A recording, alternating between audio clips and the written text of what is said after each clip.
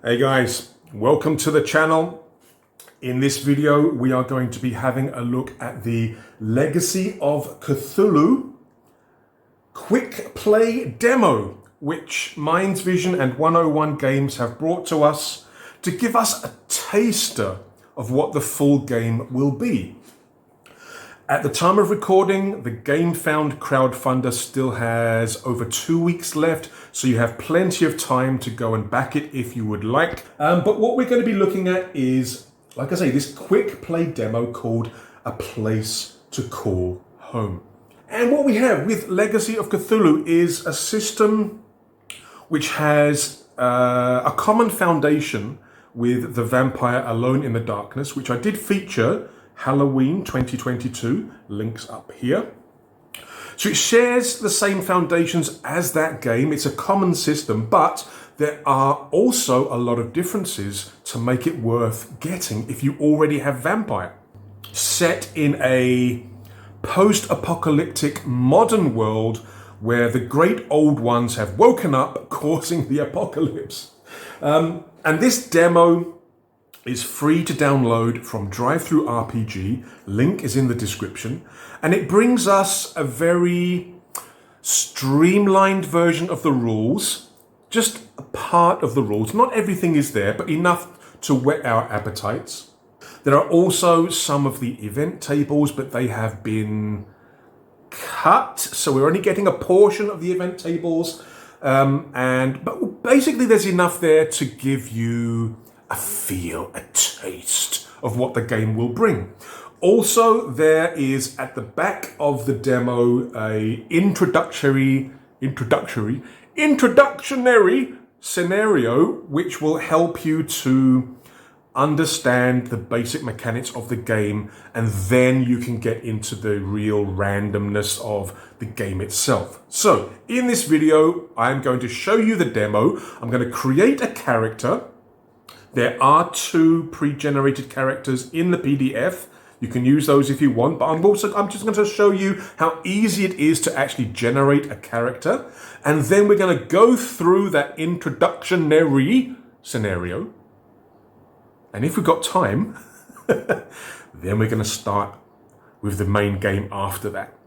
So let's have a look at the rulebook, or the quick play rulebook.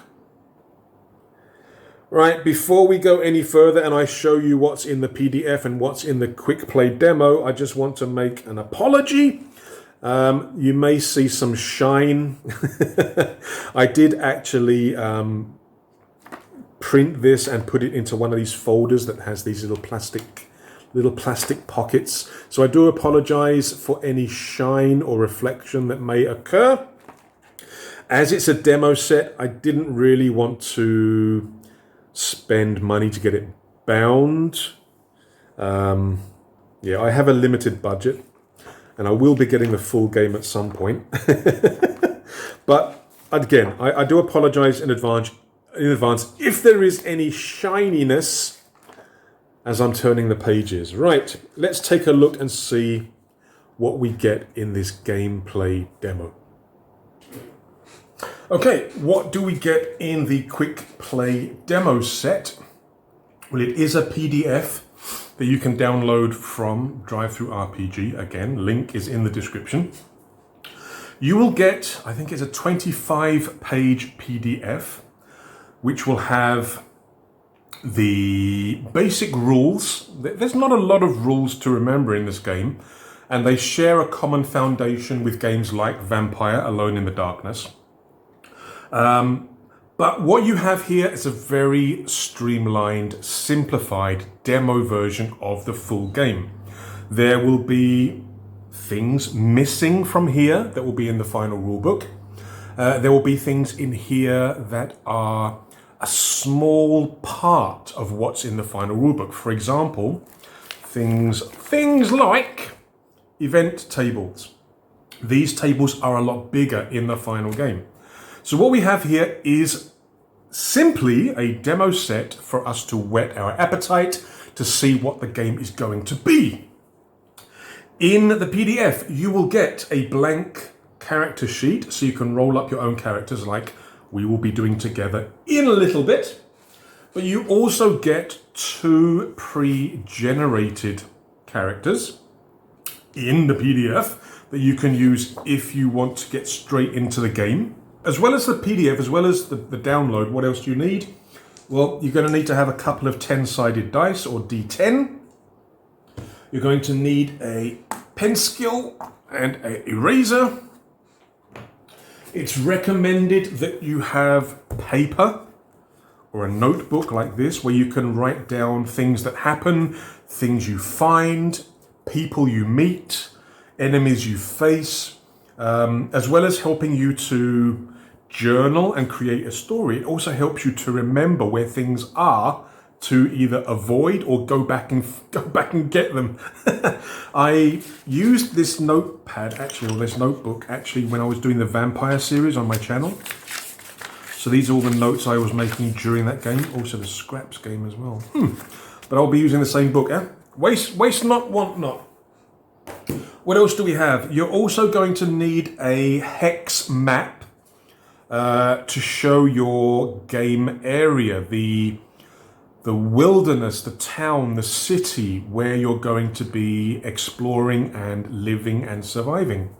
Now, in the introductory scenario, they give you this sample map, which is very, very simple, very small. And you're going to need either to print and copy the tiles required for this map, or use a graphic software to use the images and create your map online. Sorry, not online, on your computer. Because again, in the demo, they give you the 2 tiles that are used in that starter map. Now, there are other terrain types. Again, these are the ones printed. I haven't put all of them. These are all mounted on this mounting board or art board to give them a little bit of strength. These are actually from the original Portuguese language version, which you can download from the 101 Games website. I'll put the link down below. But yeah, you're going to need either digitally or physically, you're going to need to have enough to make this small map here. What else are you going to need? That's pretty much it. Not a lot. This is a role-playing game, so a lot of the things going to be happening in your imagination.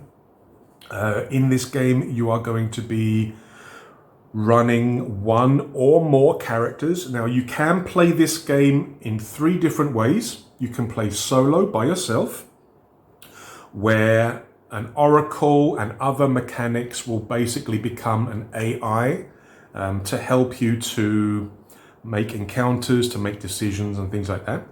You can play co-op with friends, again using the system AI or the system mechanics to help you to create your story. Or you can play with a referee, games master, mediator, somebody in charge who's controlling the story. So this game can actually be played 3 different ways: solo, co-op, or with a games master.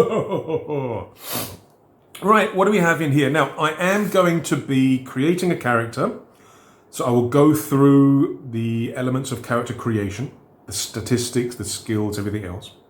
I will be going through the introductory scenario, a place to call home.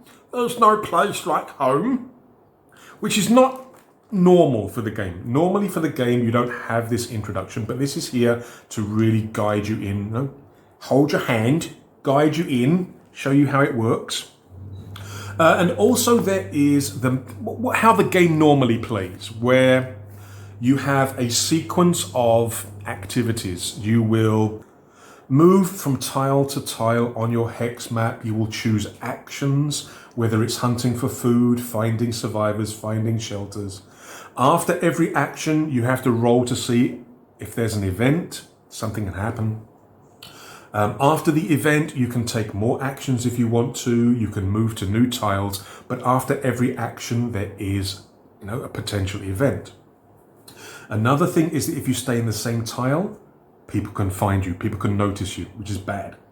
And then once per night, you have to check and see whether a horde attacks your shelter, just like Walking Dead.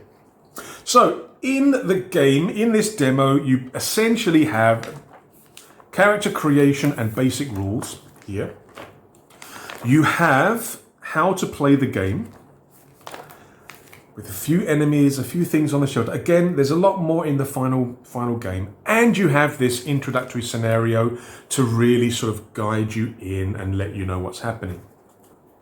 We will be going through the rules as we play the game, as I create the character, as I go through the introductory scenario, and as we also go into the main game. But I'll just very, very quickly go through the foundations, which are common with Vampire Alone in the Darkness. First of all, the basic test. It's a formula, D10, or 10-sided dice, plus stat. Okay, there are 3 basic stats: body, presence, and mind. There are 3 secondary stats: hit points, stance, and willpower. Plus skill. Now, this is essentially a +2 or a 0. If you have a skill which is relevant to the test you're making, you will get a +2 bonus. If you do not have a skill that's relevant, you'll get a 0. Simple. Your target is to get a 10 or higher. All right. So let's say, for example, you roll a d10. You're making let's say a melee attack. You're hitting somebody with an axe. That would reflect on the body stat because it's a physical activity, and it would require melee combat skill. Now, if you don't have the skill, don't worry. You'll be rolling d10 plus your body score or your body value. If you do have melee combat skill, you'll be getting a +2. Okay? So let's say that our body is 4 and we do have the melee combat skill. That gives me a bonus of +6 to the roll. So I roll, I get a 4, +6 is 10, we succeed. Yeah, we hit. What if I had rolled, a 6? Well, that would be 6 plus body of 4 plus the skill +2, 12. It's above 10, it's a success. However, because we rolled higher than 10, we have what's called a power bonus. Every point above 10 can give you some kind of benefit to what happens afterwards. For example, in combat, it could be added to your damage. So in this case, we rolled 12. I would get a +2 to my damage. If you are doing something like a mental check, something like an intelligence check, you're trying to solve a problem, what that can do is maybe give you a +2 to the next puzzle in the sequence you have to solve. Or maybe if you're trying to read a book, maybe you get 2 extra pieces of information. Yeah, so the power bonus can be used to assess how much you succeed by. And that is the basic mechanic for making tests. It is very simple, and I will explain this as we play. Another thing is that you may find you have an advantage or a disadvantage in a situation. Let's have a think. Maybe you want to shoot an enemy. You have a laser dot sight. That gives you an advantage. So in that case, you would roll 2 10-sided dice and take the highest. So in this case, I would take the 3. Yeah. You may also come across a situation where you are at a disadvantage instead. Maybe the person that you're shooting is in a dark alley. You can't see them very well. In that case, with a disadvantage, you also roll 2 10-sided dice, but you take the lowest. If you have a situation where there is an advantage and a disadvantage, they equal each other out. You just roll the 1d10 as normal. Simple. What else is there? Well, there's also these things called hunger and insanity. Let's get my character sheet. And these can be found up here, these last two areas at the top of the sheet. And these are used to keep markers. They're keeping track of the effect of insanity and hunger. Again, I'll explain more about this as we play, but essentially each survivor, you and the other survivors in your shelter, need food. You need one food every day. If you don't, you start accumulating hunger tokens. When you reach an amount of hunger tokens equal to your body stat, you will get a disadvantage for every test you make. If your hunger ever gets to the same as your hit points, so if you ever have 9, in this case, my hit points are 9. If I ever get 9 hunger tokens or hunger markers, I dead. I dead. Insanity is the same thing, but instead of the effect of hunger, it's the effect of madness. And again, there are certain things that will tell you to add insanity markers when you come into contact with Lovecraftian horrors or whatever, yeah? And again, once your insanity markers equals your mind, again, you would be getting disadvantages on all your rolls, not necessarily from the effect of hunger, but from the effect of insanity. If your insanity markers ever reaches the point of your willpower, which is the secondary stat to mind, you die, but you die from madness and insanity. So hunger and insanity is something new. It's not in the vampire game, but it's definitely something that will bring that Lovecraftian threat, but also that survival game need, the desperation in terms of having enough food and water for your shelter. Again, I'm going to go through most of this as we play the game. I'll explain what I'm doing. But one more thing I want to mention is the Oracle.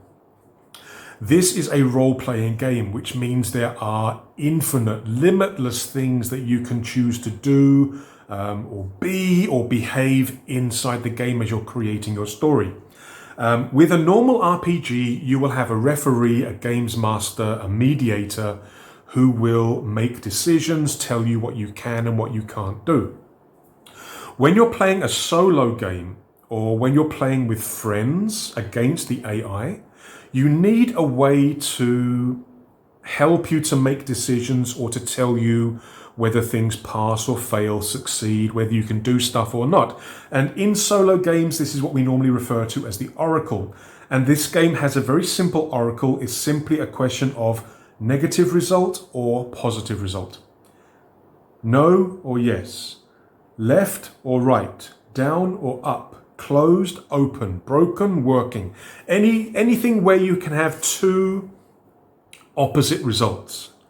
You roll a d10. On a 1 to 5, you will get the negative result. On a 6 to 10, you will get the positive result. Again, I used this a number of times when I was doing the vampire game to make decisions. Can I do this or not? Roll the dice. Yes, you can, or no, you can't. It's a very important part of solo role-playing. So that's a very, very quick overview of the rules. But let's get on to the next stage. Right, let us make our character. So it's actually a very simple process to make a character in these games. Start off with a character name at the top. Well, I'm a miniatures gamer as well, so I generally try and find a miniature that I want to use. So this is a miniature by Hassle Free that I painted up a long time ago. I think I'll be using him. I'll put a better image up here somewhere. So this is going to be my character, and I'm going to call him Frank the Fireman. Now, nobody knows his second name, his surname. Nobody knows if he is truly a fireman, but that's what he tells people. He has the helmet, he has the jacket, cloak, player's name, me. Right, now at the top of the character sheet we have these spaces. These are going to be our stats. You have 3 primary stats and 3 secondary stats. Your primary stats are body, presence and mind. First 3 boxes here. From those primary stats, you'll then generate secondary stats. Now, creating statistics here, creating your character is absolutely easy peasy. For your primary stats, you've got 3 values, 4, 3, and 2. And you have to assign those numbers to these 3 stats. If you want your character to be very physical, then maybe you put the 4 under body. Maybe you want your character to be very attractive, very social, somebody like before the apocalypse was a media star. Then maybe you put the 4 in presence. Yeah? So what I'm going to do, based on Frank's model, I'm thinking physical is definitely his main thing. I mean, look at those. Look at that 6-pack. So I'm going to be putting the 4 in body. Presence and mind. I've got 3 and a 2 left. I'm thinking, again, looking at the miniature, I don't think his presence is really that good. Especially the way that I've painted up his lower bits. So I'm probably going to put his presence as being the 2 and mind as 3. So what this does is when you have to make a check, when you have to roll a test, you'll be using your stats as one of the modifiers, depending on what the test is. Right, let's go to the secondary stats, which are the next 3 boxes here. Hit points, bonk. This is the amount of damage or injuries that you can take. It's like your physical, what's the best word? Physical state. And hit points is equal to your body plus 5. So I start the game with 9 hit points. Stance is related to presence. So it is equal to presence plus 5. So my stance is 7. Stance represents how firm and steadfast your character is in social circumstances. It basically reflects your level of interaction, whether you are dominant, whether you are demoralized, whether somebody sort of overbears you kind of thing, yeah, or whether you overbear them. Willpower is equal to mind plus 5, so this will be 8. So your willpower is like your mental strength in terms of when you have to take insanity rolls, whether you get demotivated, depressed, suicidal, things like that. Yeah, your basic mental strength, like your mental hit points. Now your body stat represents your physical ability, your mind represents your mental ability, and presence represents your social abilities. And these secondary stats build on that to give you an attribute that can be affected. It can be lowered by things like damage or by seeing Cthulhu and things like this. And also you can heal it back, obviously. And there are 2 more boxes here, insanity and hunger. Now, these are things that can, they represent markers where you are being affected by insanity or whether you are being affected by hunger. I'll come to those in a second. The next thing we need to do once you have these basic stats is to come to your skills. Now, in the demo, there are a few skills only. However, as you can probably, I don't know whether you can see, maybe I'll do a close-up image. On the skills box in the character sheet, there is a lot more skills listed here, and there's even space for you to create your own. In the demo, it's only giving you a short quantity of those skills that you can choose. So when you're creating a character, you basically pick 3 starting skills. So I'm going to pick athletics, melee, and ranged combat. So when I do a test or a check relating to those, I would get a +2. So we've done our basic stats, we've got our skills that we're starting with. For the demo, there's only one thing really left to do, and that is, if I can get there, to look in terms of your equipment and resources. Now, in the final game, it will tell you what you can start with, how many pieces of equipment you have, how many weapons you have. For the demo, it's not actually specified what you can start with and how much. The pre-generated characters have items listed down here and here. So what we're going to do is basically I'm going to give myself a similar kind of level of equipment as these guys. 1 second. Right, so what I've done is I've tried to make it the same sort of level as the pre-gen characters, the pre-generated characters. So I've given myself a backpack which allows me to carry up to 10 other items, which would be very useful for carrying food, which I'm going to need. We've got a flashlight, a walkie-talkie, allows a survivor to communicate with another that also possesses the same equipment from a distance for up to 5 tiles. So a walkie-talkie will allow me to communicate back to my shelter or any other survivors that are around. In terms of weapons, well, the 2 pre-gens have got a knife and a shotgun, a knife and a pistol. Well, old Frankie boy, he's got an axe. So I've given him an axe and a pistol in terms of starting weapons. And that, again, for the demo set, that is character creation. It's very, very simple. And Frankie's ready to go. So what we're going to do now is we are going to move into the introductory scenario, see how it guides us to learn the game, and then we'll go on to the main game. Back in a sec. Right, we have our Frank the Fireman. Here he is, Frank the Fireman.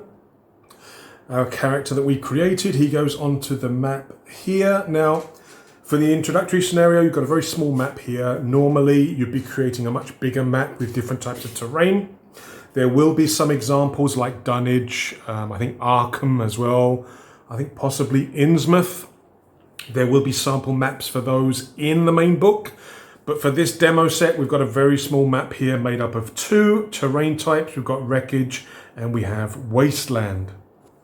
Right, let me move this character sheet out of the way. We have our map, our character. Okay, we've got our notebook here, so I can make some notes and journals about what's going on. Got me dice, got me pencil.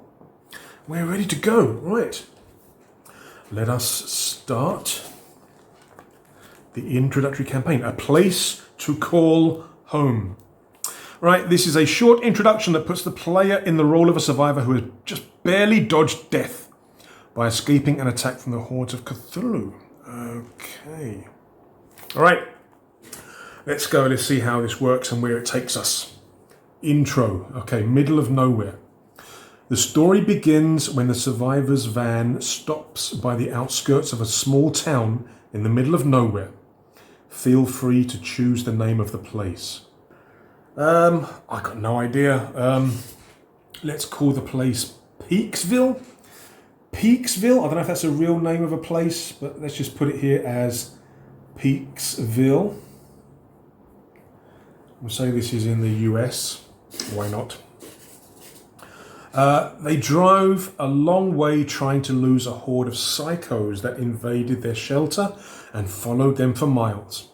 Behind, they also left the remains of their beloved hometown, now destroyed by the forces of Cthulhu. Again, I apologise if there's any shininess from the lights. Okay, all survivors are injured except you, Frank. You're the only healthy specimen left.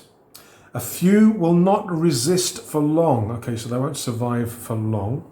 It's crucial to find a place to hide and rest, hopefully one that can be improved to become a permanent shelter. Well,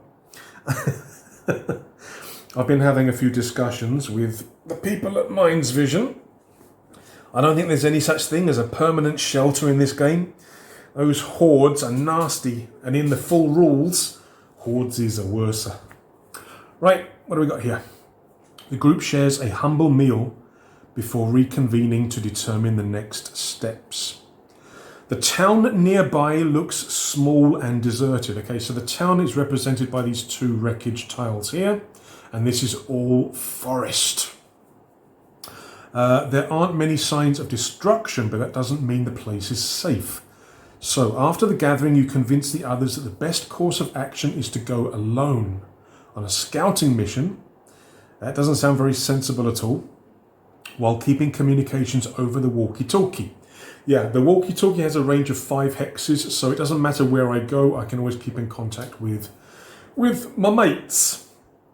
What else is there? Okay, you can start by doing a mind check to find where to go. If successful, you realize the best way is to go through the woods that circle the area, since the main roads could be excellent spots for ambushes.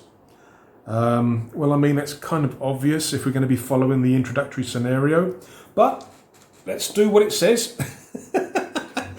So we are going to be making a mind check. So for this one, it's not telling me a skill, either because the skill isn't in the demo set or because maybe a skill is not suitable for this.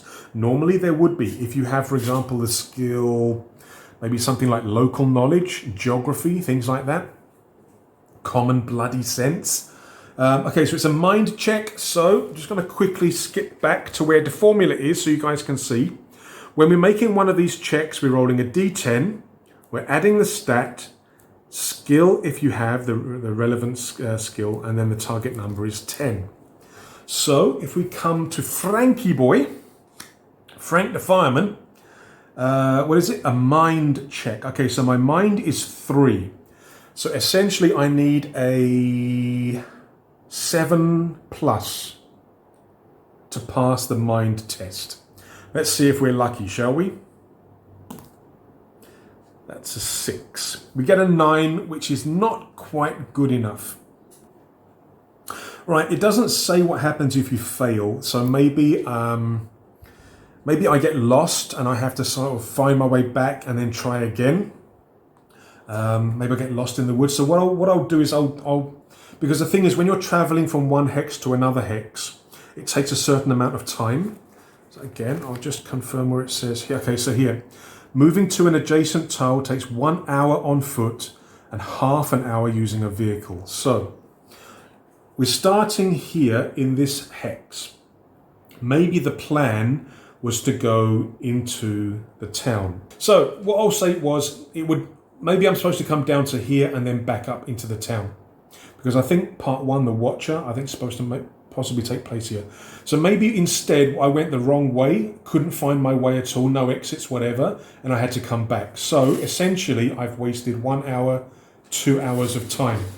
So I'll put here, got lost in the woods. Yeah.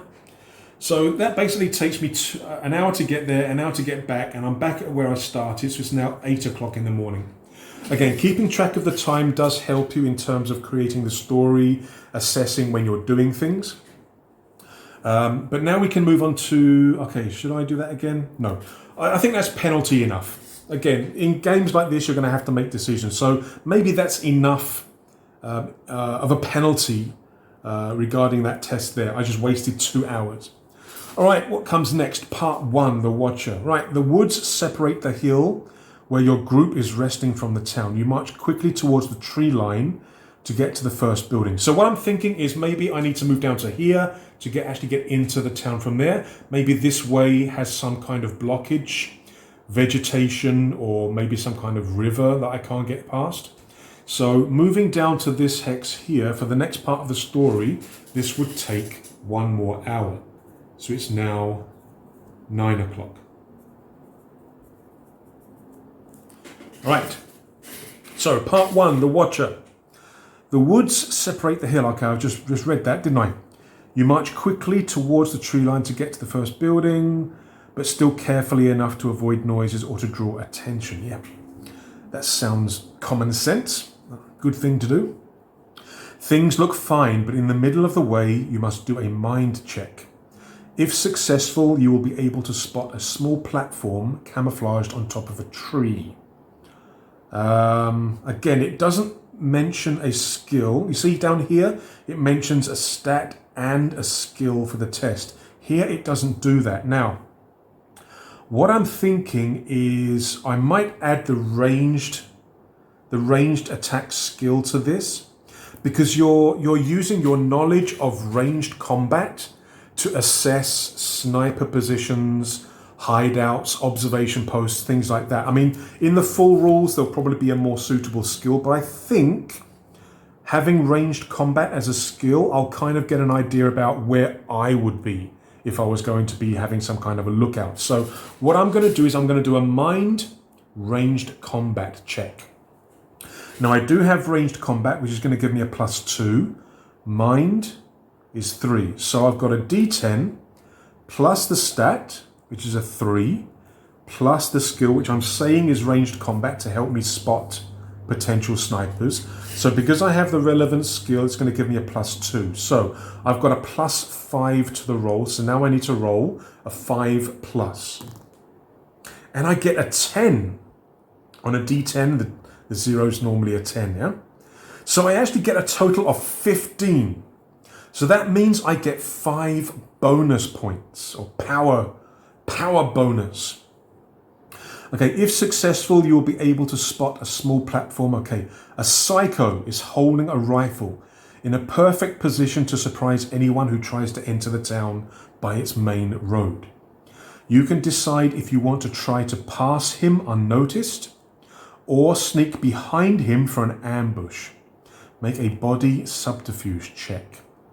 Well, the thing is, I did a really good check in terms of the noticing. So I reckon maybe I can spot maybe a pattern in terms of where he looks. And maybe I can see, not so much a trail, but maybe an area of the forest where I will make less noise and be better hidden. Because again, I got such a good roll for that mind check just now for the spotting. I've got 5 power bonus. What I'm thinking is that may give me an advantage when I do this body subterfuge check. That's how I'm thinking that the power bonus could be useful and used in terms of assessing where he looks and how long and what direction. So the pattern, I mean, if you're familiar with some of these like Dark Souls games, you're trying to figure out the pattern of the enemy. So maybe the mind, the analysis, the spotting check was so good that I actually figure out where he's looking and for how long. And maybe that's going to give me an advantage for this body sneak check. So we are going to try and sneak behind him for an ambush. And like I say, I think I'm going to give myself an advantage for that because of such a good analysis and spotting roll. So with an advantage, you get an extra D10 and you take the highest result. So body subterfuge, right? I do not have subterfuge, so I'm not getting the +2. My body is 4, so I need to roll a 6 or higher to succeed. And because I have the advantage, I'm taking the highest dice. Luckily for me, right, we get an 8 plus 4 is 12. So I get a +2 power bonus. But we do succeed. So we are successful. He won't be able to detect you. The Watcher is agitated and with his bloodshot eyes tries to aim with his rifle to find you. Well, he didn't spot me, so I'm just, again, I've got a power bonus, so I'm just saying that I can attack him. If he tries to retaliate, I'm saying that he's going to be at a disadvantage because we're taking him completely by surprise. So if you defeat the Watcher, you eliminate the risk of being ambushed, blah, blah, blah. Right, so we're doing a combat check now. I managed to sneak up for him. I don't want to use my pistol because it's going to make a noise that may attract his friends, and I need to take him down pretty quick. Because again, he may, He may draw in other enemies. So let's have a check and see. So he's got a rifle. But let's go to the, there it is. Right, so this is the section on the different enemies. We've come across a psycho. Now, he's got 8 hit points, a stance of 6. We have a stance of 7. So physically, he doesn't kind of demoralize me. He doesn't sort of overbear me kind of thing.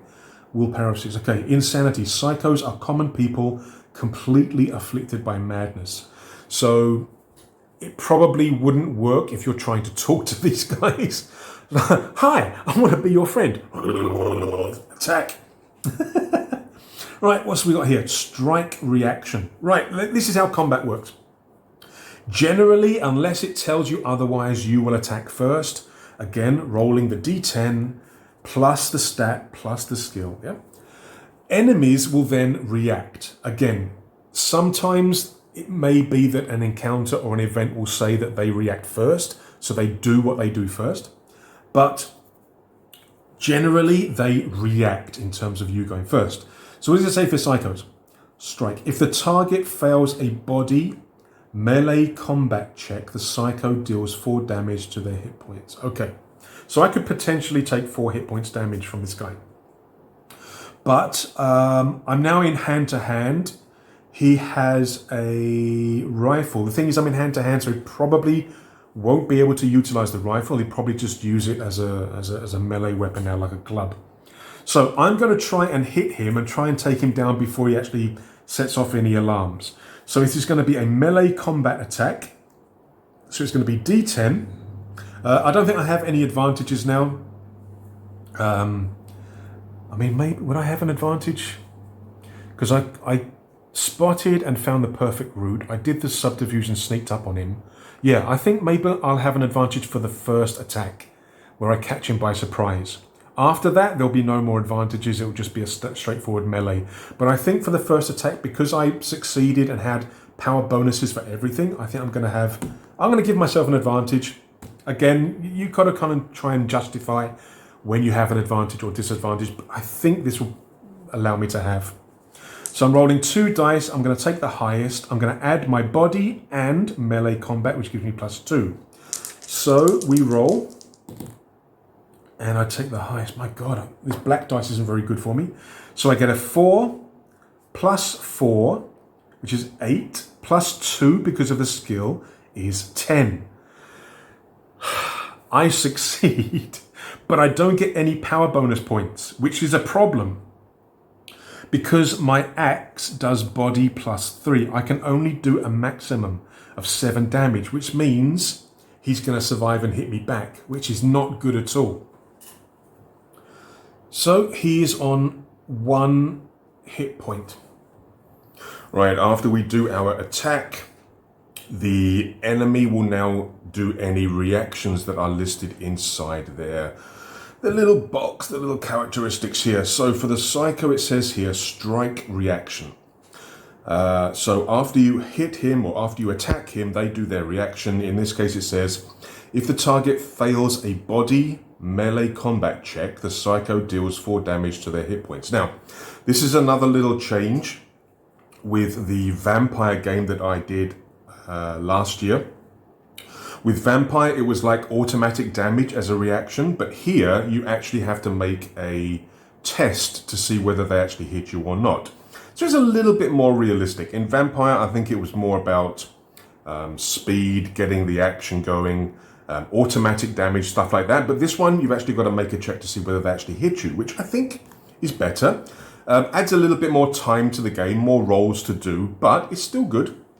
So we have to make we've got to make a body melee combat check. Okay, so my body is 4. Melee combat I have, so it gives me a +2. So I've got a +6 to the roll.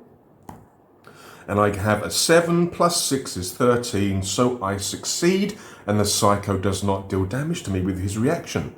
Excellent. Right, so now we have to hit him again.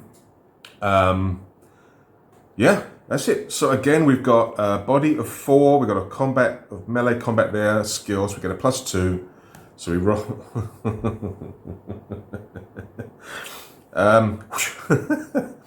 So I have 4 plus 2 is 6, plus 3 is 9. So I miss. But we still have to check for that reaction. We miss, but he may not. So we have to do it again. So 4 plus 2 is 6.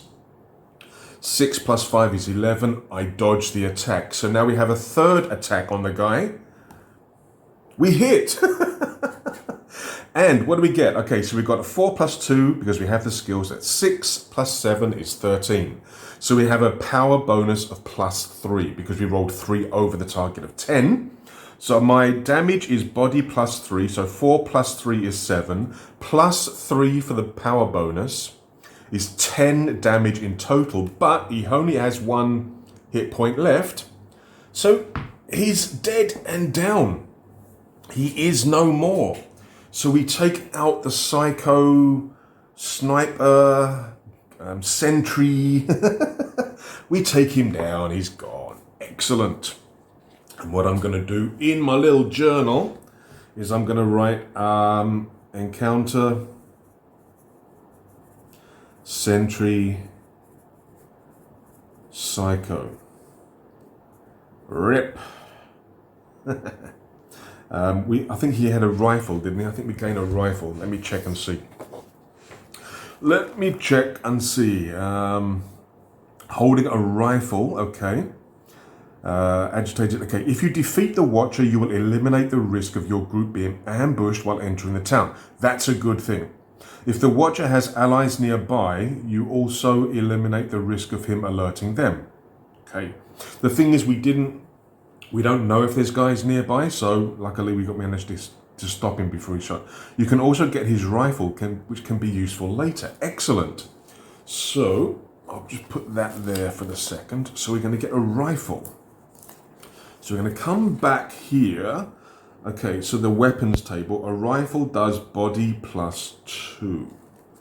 Excellent. So we've now got... Oops, I missed. I moved the book. So we've now got a rifle which does body +2. Excellent. Right, one thing I've just thought of here, and I didn't notice on here, is ammo. Because both of the pre-generated characters do have ranged weapons. You've got a shotgun here, and you've got a pistol here, but it doesn't actually mention ammo. However, there is, under equipment, ammunition, and you can find ammo here.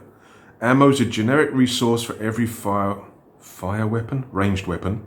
Every unit allows the player to make 10 attacks with the weapon before the ammo's depletion. So every unit allows the player to make 10 attacks. So if we find ammo and I roll a 10, does that mean I have 100 bullets? I think that's what it means. But the thing is, it doesn't say in terms, like here with this rifle here, it doesn't say how much ammo I get.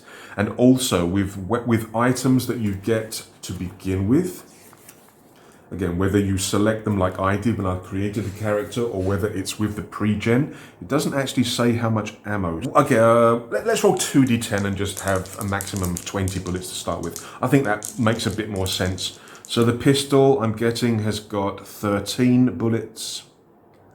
The rifle that I've just found has 14 bullets. I think that kind of makes a bit more sense. I'll have to check the... I do have a prototype of the final book, but there's been a lot of changes. A lot of changes. I don't know, maybe the guys from Mindvision will come back and sort of answer that question in terms of how much ammo do we start with? If they come back and say, you got 1 bullet, that's not going to be good. That's not going to be good at all. Right, we have taken out the Watcher, so the path is now clear. So we will continue on. We are going to move into the outskirts of the town. So we're moving into this hex here. And again, when you're traveling on foot, it takes 1 hour to move from one hex to an adjacent hex. If you're in some kind of vehicle, it takes half an hour. So what have we got here? So what I'm going to say here, encountered the Sentry Psycho. We found a rifle with 14 bullets. Sweet. Now it's taken me an hour to move into this hex, so now it is 10 o'clock in the morning. And again, we're following this introductory scenario. We're not doing the actions, events for this introductory scenario. We'll be doing those afterwards. So we're now coming into the outskirts of town. So we're now here. All right, what does it say? After leaving the woods, you reach the first buildings. They are not very close to each other, but the area still offers enough objects, cars, and other things for you to hide, making your early exploration relatively safe. Okay. If you decide to climb one of the buildings, make a body athletics check. Did I take athletics? I did. If you are successful, your character manages to climb the side of one of the buildings. Can't I climb the inside? And from the top is able to see the whole town. The view includes the main square. See part 3. Okay. And the town's hospital at the back. I think those are the two locations we need to actually go to for this. So climbing the building would be good. By the end of the main street, which is perfect shelter. Yes. The hospital is where they're planning to give us our first shelter. If you fail and can't spot the square or the hospital, then your mission will become more difficult. You'll need to walk around the outer streets at risk of being spotted by local psychos. Roll a d10 to see if you can spot the square. If you result, blah, blah, blah. Fight them or try to escape. Redo this until you succeed in your goal of spotting. So we've got to try to climb the building is basically what it's saying. Because if we fail, we've got to walk around the outside and then check to see whether we get mobbed and ambushed. All right. So we have to make a body athletics check. So body is the stat, athletics is the skill. So our body is 4. Do we have the skill? Yes. So we get a +2. So I've got a +6 to the roll. Do I have any advantages? I don't think so. I've got no climbing equipment or anything. So it's just a standard roll. So we get an 8, which is amazing. 8 + 6 is 14, so we succeed. And we get a power bonus of +4. Is that going to help me at all? Not really. I mean, if I was trying to climb the building without being seen, if I was trying to climb the building fast, then maybe that power bonus would give me that benefit. But in this case, I don't really see anything that the power bonus can help me with, which is fine. We've done what we need to do. So we get to the top of the building and we can see the main square, and at the end of the main street we can see the hospital. Excellent. So let's have a look and see. We're moving on to the next part now, part 3, sacrifice. So we're looking down into the main square. What do we see? The town's main square looks like it was a nice place for people to meet and have a good time before things went bad. Bad? That's an understatement. It had a vast grassy area surrounded by fruit trees and delimited by white wooden fences and benches.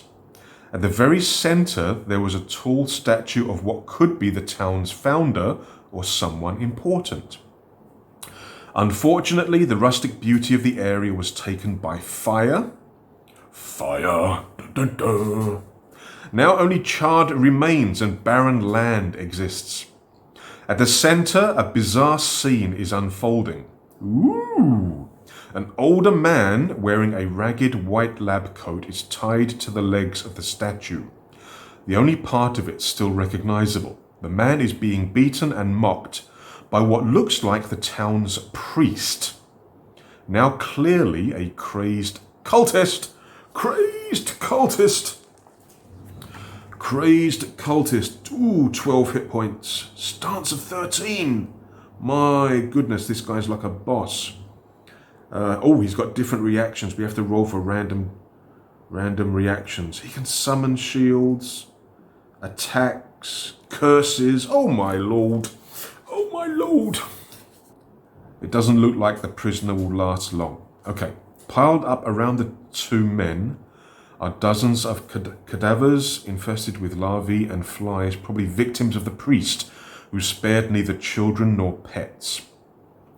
The scene is so gruesome that it requires you to make a mind check. If you fail, you get an insanity marker. So yeah, we talked earlier about hunger markers and insanity markers. So here, I may end up with 1 insanity marker, which isn't good, because if I end up with 3, I'm going to get disadvantages to all my rolls.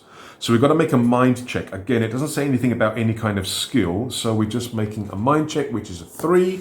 So we've got a +3 to the roll. We get a 9. Ha ha ha. A 9 + 3 is 12. So we pass. We do not get the insanity marker. We manage to hold in the vomit. We don't throw up. We don't get too upset. It doesn't drive us any more insane. We are fine. Well, we can get along. Okay, so if you are able to save the old man, you discover... Okay, so we've got to try and save the guy. Now, what am I going to do? There's going to be a bunch of cover, because it says that there is... blah, blah, blah. Oh, hang on. charred remains and barren land. So there may not be a lot of cover. Maybe we can use the oracle to find out exactly how much cover there is. So let's go to the oracle, which is used to help us make decisions. Here we go, page 9. So what should we ask the oracle? Because I want to find out how much cover there is between me and the priest. So let's ask the question, is there enough cover for me to stealthily approach the priest? A 4. Negative. No. So there's not enough cover for me to stealthily approach the priest. So what I'm going to interpret that is he's going to have a very high chance of spotting me if I try and get closer. However, I do have ranged weapons and I am on higher ground, which means that I won't have any problems with intervening terrain. So I'm thinking, because of that roll with the oracle that's basically told me that there's not much cover, I think I'm going to shoot the guy. I'm going to shoot this priest. Okay, so let's take a look at the crazed cultist. So his reactions are, okay, so he deals 6 damage with a dagger. Now, if I'm shooting him, that reaction won't apply. Summons a shield that ignores up to 10 damage on the next attack. Okay, that could be used. Bestows a curse upon all targets. That could work as well. So if I'm going to attack from range, if I roll the first reaction here from the cultist, if I don't take him down, I'm going to change that so that he moves towards me. Yeah, I'm going to change the reaction because I won't be close enough for him to melee me. All right, so I'm going to try and shoot him with my rifle because it makes more sense shooting from a long distance. And also it does more damage. So this is going to be doing body +2. So it's going to be doing a base of 6 damage if I hit. So there's no real cover between me and him. I couldn't sneak up. So there's obviously vice versa. There's going to be not much cover for him in terms of approaching me. So it's just going to be a basic shot. No advantages or disadvantages. The height that I have just allows me to not have any intervening cover. So we are going to roll a ranged attack against the crazed cultist. So my body is 4 because it is a body ranged attack test. So 4, I have ranged attack, so +2, so that is a +6. Ooh, misses. That's a 10, not a 0. Excellent. So we get a 10 + 6 is 16, which means I get a +6 power bonus. Ooh! Body +2, so the rifle does a base of 4 + 2, 6 damage, plus the power bonus of 6. Headshot! We got a headshot. We take him down straight away. Wow, my dice are not normally this nice to me. So we take down the crazed cultist with a single headshot. Amazing. Doesn't happen very often. Don't get used to this kind of thing with me. Oh, but we do use 1 bullet. So we've got 13 left for the rifle. Yeah, maybe there needs to be an ammo box as well as a food box. Right, let us continue. We take down the crazed cultist before he can do anything. Right, we'll... now, do I need to make a check to climb back down? I think I should, because I had to make a climb roll. Body athletics to climb the building. I think I need to make one to climb down as well. I think that kind of makes sense.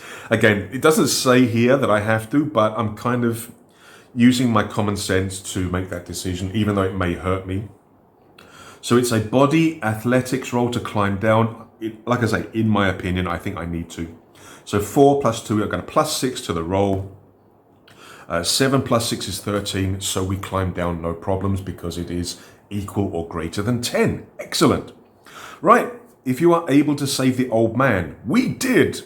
You discover that his name is Benjamin Stewart. Right, hang on, let me write some of this stuff down.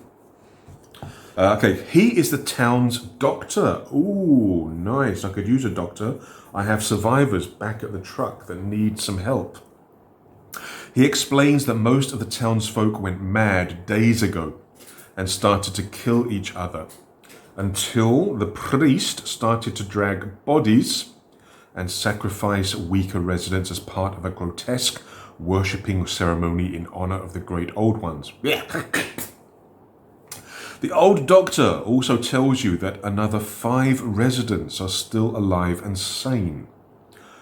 That's the thing. Also, at the start of this here, it doesn't actually tell you how many survivors you have.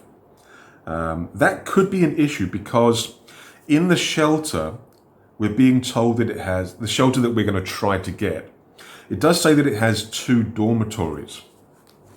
Now, if I remember correctly, when we look at shelters, a dormitory basically allows you to house up to 5 survivors. So, there are 5 more residents, the doctor, me. Now, there are 3 more spaces left according to this shelter's dormitories. I need to know how many survivors I'm bringing with me. If it's more than 3, that's going to be a problem. There may not be enough space. Well, we'll come to that when we get to it. Now, let's have a look. Blah, blah, blah. Right. They are being kept as prisoners at the hospital. And if you can save them, they will be able to assist your group with medicine and healthcare, since the building is still pretty well stocked with supplies. Excellent. Water collector, barricades, infirmary. Ooh, nice. He also hopes that both groups might be able to work together to fortify the construction to transform it into a permanent shelter. Now, in the demo rules, I don't think there's anything here in terms of advancement, in terms of building and improving. In the full rules, I think I saw something similar to Vampire where you will gain experience, you can improve your character, but I think there will also be a way where you can upgrade your shelter, you can improve your shelter.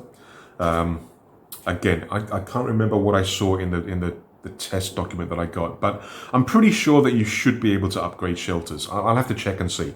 But in the demo, you can't do that. You can't upgrade your character. You can't upgrade your shelter. It's just a demo here. Right, so what I'm going to say is that there are, again, because of the number of dormitory space they're giving us here, let's say that we have 3 survivors with us at the beginning. So 3 survivors at the start. Yeah, that means we can all fit inside the shelter. So I'm just going to make a decision. I'm saying that I've brought 3 survivors with me. They're all in no condition. I went ahead alone. Right, so now what do we do? Now we have to go, okay, so part 4. Home is where the heart is. Okay, so followed by the old doctor, you can reach the hospital without being spotted. Right, so I'm going to assume that this was the town square here, and this is where the hospital is. So we're going to move into this hex, which will take another hour. So we're traveling to hospital. Okay, so we get there at 12. Right, the man explains that the prisoners are being held in a specific room inside, guarded by 10 psychos. 10? Oh no, sorry, D10. Now, I'm a little bit worried because my D10s have been rolling pretty decently. Maybe I should roll the black one. Or would that class as being cheating? Because I've been getting fairly decent results with this one, but pretty bad results with that one. So, that class is cheating? Dr. Stewart also proposes a risky strategy. He will try to distract the psychos, bring them outside.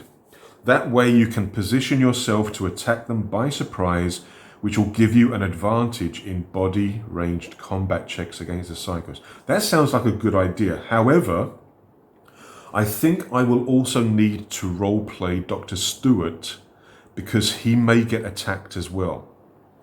Yeah, I don't think all of them are going to suddenly start looking at me.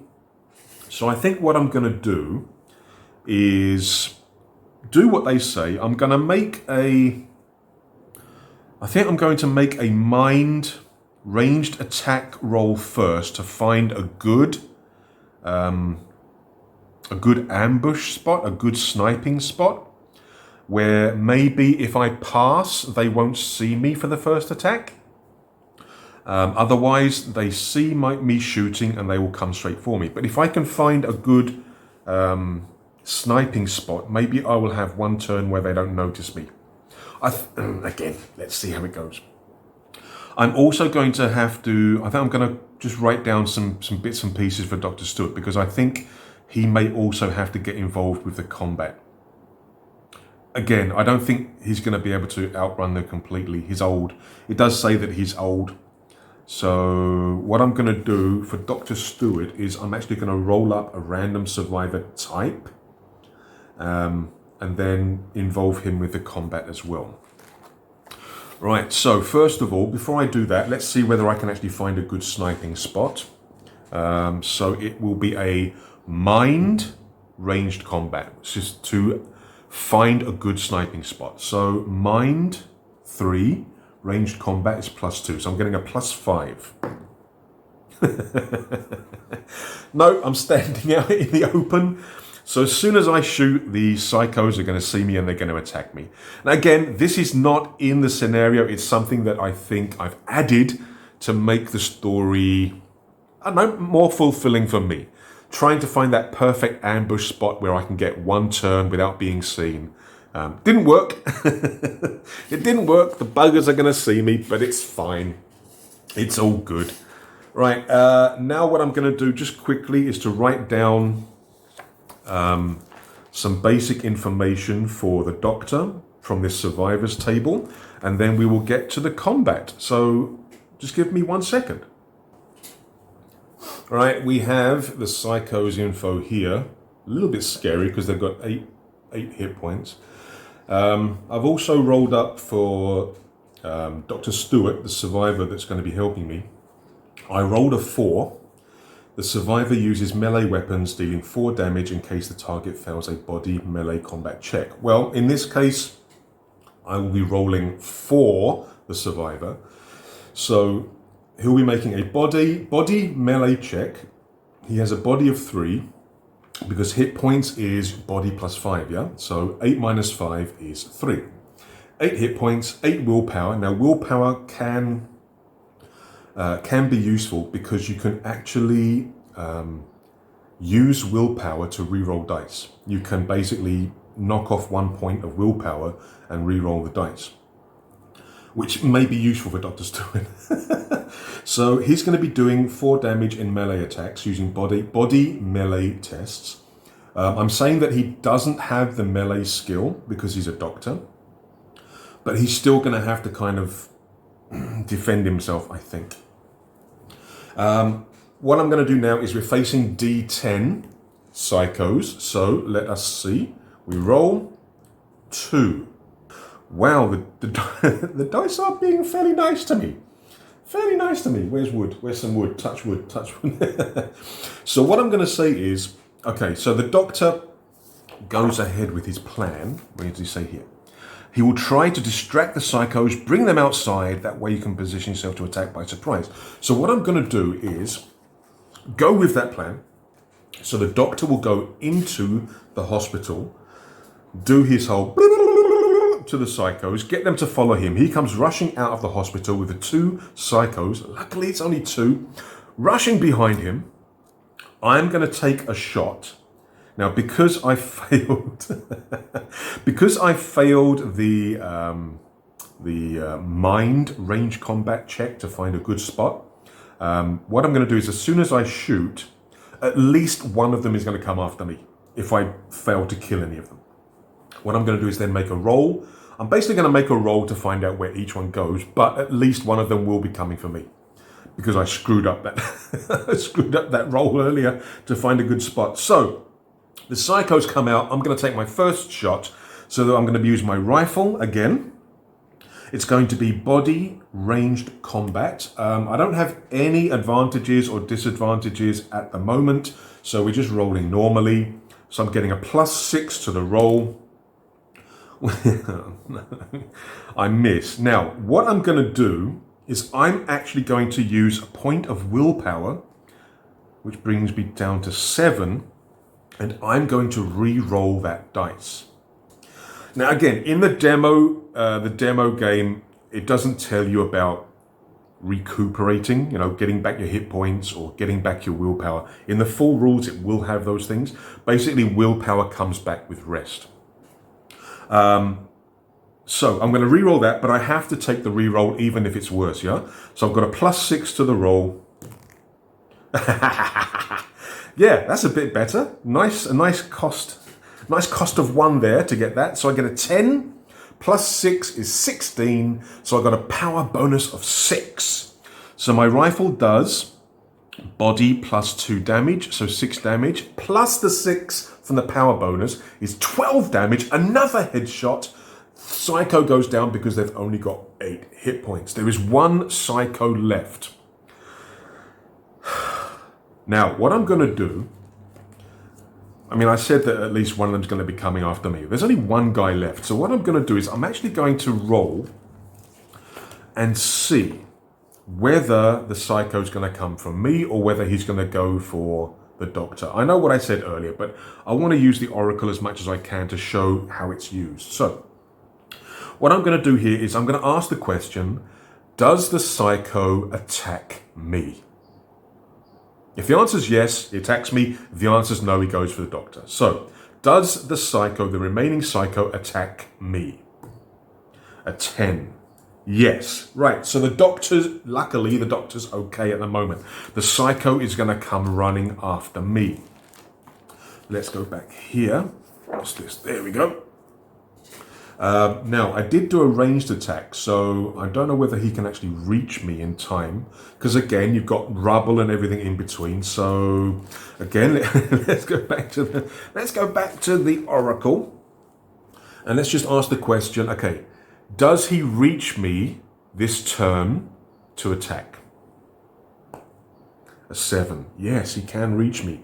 So what I'm going to do is, because he's going to reach me this turn by running and jumping and everything like that, what I'm going to do is I'm actually going to drop the rifle. I'll pick it up afterwards, which reminds me, I used another ammo, 12 rifle ammo left. And I'm going to get my axe and attack him with my axe. So with my axe, I'm going to be attacking with a body of 4 and melee combat of +2. So we roll to hit the Psycho as he comes in melee range. We get an 8 +6 is 14, which is a power bonus of 4. My axe does body +3. 4 + 3 is 7, plus a power bonus of 4 is, what's that, 11? He's dead. Whoa, my guy's psycho. He's a psycho himself. Again, I was quite lucky there was only 2. If you're able to save the prisoners and or get rid of all psychos, you can bring your group safely to the hospital. The building features the following stats and can be used in your next play sessions of the Legacy of Cthulhu. That's it. That is the introductory scenario. That gets you into your starting shelter. It gives you a few examples of how to roll tests, how to use your stats, maybe how to use the Oracle as well. Excellent, we have a shelter now. So let me just make a few notes. Now we have our shelter, we can come in, sort ourselves out. The Doctor can use the infirmary to kind of help the other survivors get themselves ready. Another thing that I think I need to do is to assess who the survivors are. Now, in the original game from Brazil, the original 101 games Cthulhu, every survivor had their own character sheet. You basically created a character for each survivor. They were thinking like if your character dies, you've got another one ready to play kind of thing. Also, when you have things such as attacks on your shelter, when a horde attacks your shelter, you're going to have to defend. Now, for me, in my personal opinion, I'm not going to do a complete character for each of the survivors until I need to use one. Yeah, until I need to replace my character. What I'm going to do is like I've just done with Dr. Stewart. What I'm going to do is just use the NPC variation. So what I'm going to do for each of my survivors, of which I have, where is it? 5. Okay, so we've got Dr. Stewart. We've rolled him up already. We've got 5 plus, I said there were going to be 3 more that are coming with me. So I'm going to have to come up with 8 sort of randomly generated survivors, which I can then put into the shelter. I also need to put the shelter information here before we're not finished. We've finished the introductory scenario, but we haven't finished because now I want to show you the normal game. So I think that will do for this video. I think this video is going to be quite long already. We've explained what the demo game is. We've gone through some of the rules. We've done the introductory scenario, but what I'm going to do is a part 2 where I'm going to take Frank the fireman, Dr. Stewart, and the other survivors that I will create and name, and we will play the normal game, given the information that we have in the demo rules. So you can see how that works as well. So guys, thank you very much for watching. I hope it's helped you to understand what this game is, what it brings, and why you should download this demo and give it a go. After all, it's free. So thanks once again. Please take a moment to like and subscribe if you did enjoy this. And I will see you in part 2, where we take Frank out into the town of Peaksville, trying to find, I think we're going to have to try and find some food because we've got mouths to feed now. Right, guys, please stay safe and take care of yourselves, and I'll see you in part 2. Thank you very much. Cheers.